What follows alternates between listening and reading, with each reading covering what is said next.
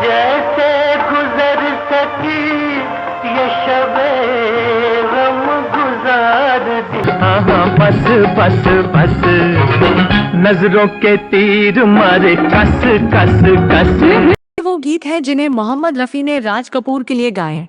जीवन का तो साथी न बना कोई भी मेरा, फिर किसके लिए। हालांकि मुकेश ही राज कपूर की आवाज माने जाते रहे थे, लेकिन जब भी राज कपूर को गंभीर और दर्द भरे गीत गवाने की जरूरत होती थी, तब वे मोहम्मद रफी को चुनते थे। झूठे वादे थे तेरे। इस वीडियो में मैं बात करने जा रही हूँ एक हिट फिल्म के उस गीत की, जिसके सारे गीत राज कपूर की परछाई माने जाने वाले मुकेश ने गाए थे, लेकिन फिल्म का सबसे अहम और आखिरी गाना मोहम्मद रफी साहब की आवाज में रिकॉर्ड कराया गया। आखिर क्यों राज कपूर को अपनी पसंद बदलनी पड़ी और क्यों इस गाने पर सेंसर बोर्ड की कैंची चली? कौन सा गीत है और क्या है उस गीत के बनने की कहानी? चलिए इस सुरीले सफर पर।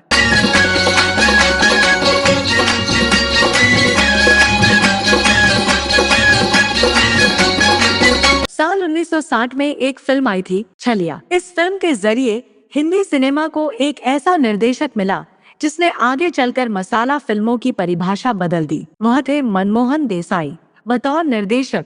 यह उनकी पहली फिल्म थी। फिल्म के निर्माता थे सुभाष देसाई। राज कपूर और नूतन की जोड़ी वाली इस फिल्म की कहानी भारत पाकिस्तान बंटवारे के बाद की दर्दनाक स्थितियों पर आधारित थी। वैसे तो राज कपूर की फिल्मों में हमेशा शंकर जयकिशन का संगीत हुआ करता था, लेकिन छलिया में संगीत की कमान संभाली थी कल्याण जी आनंद जी की जोड़ी ने।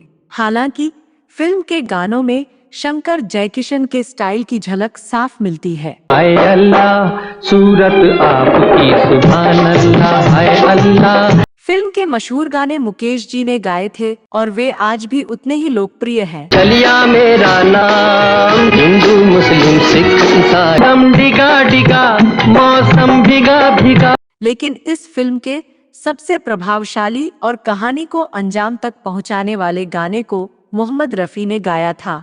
यह गाना है गली गली सीता रोए। गली गली सीता रोए, आज मेरे देश में सीता देखी राम देख।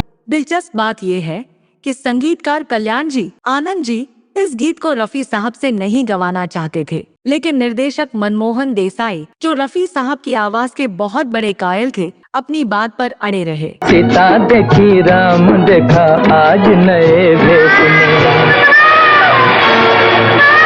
बाद में जब कल्याण जी भाई से पूछा गया कि राज कपूर की फिल्म में आखिरी गाना रफी साहब से क्यों गवाया गया, तो उन्होंने बड़ी सादगी से जवाब दिया, कई बार हमें प्रोड्यूसर और डायरेक्टर की पसंद नापसंद का ख्याल रखना पड़ता है। यह गीत फिल्म की रूह था, लेकिन इस पर विवाद गहरा गया। गली गली सीता रोए, आज मेरे। ओरिजिनल 78 RPM रिकॉर्ड में यह गाना 2 भागों में था, जिसमें रामायण, सीता और वाल्मीकि के कई संदर्भ थे। सेंसर बोर्ड की आपत्तियों के बाद फिल्म के लिए इसके बोल पूरी तरह बदल दिए गए। इस गाने में हुए बदलाव की एक बानगी देखिए। इस गीत की ओरिजिनल लाइनें ये थीं, दुनिया वालों राम सिया की कहानी सुन लो, वाल्मीकि से खूब सुनी अब मेरी जबानी सुन लो। सेंसर बोर्ड की आपत्ति के बाद इसे बदल दिया गया, दुनिया वालों एक अबला की दुखी कहानी सुन लो, हार जीत तो खूब हुई अब मेरी जबानी सुन लो। जीत तो खूब हुई अब मेरी जब। इसी तरह अंत की वे मशहूर लाइनें जिनमें व्यवस्था पर प्रहार था, फिल्म से पूरी तरह हटा दी गई। ये लाइनें थीं, झूठी है रामायण सारी, झूठा भगवान है, धर्म झूठा, प्रेम झूठा, झूठा हिंदुस्तान है। सबसे मजेदार बात यह है कि इस गाने की शूटिंग पुराने वर्जन पर ही हो चुकी थी, इसलिए अगर आप आज भी गौर से फिल्म देखें तो राज कपूर के लिप सिंक यानी होठों की जुम्बिश और बजने वाले शब्दों में साफ अंतर दिखाई देता है। हार जीत तो खूब हुई अब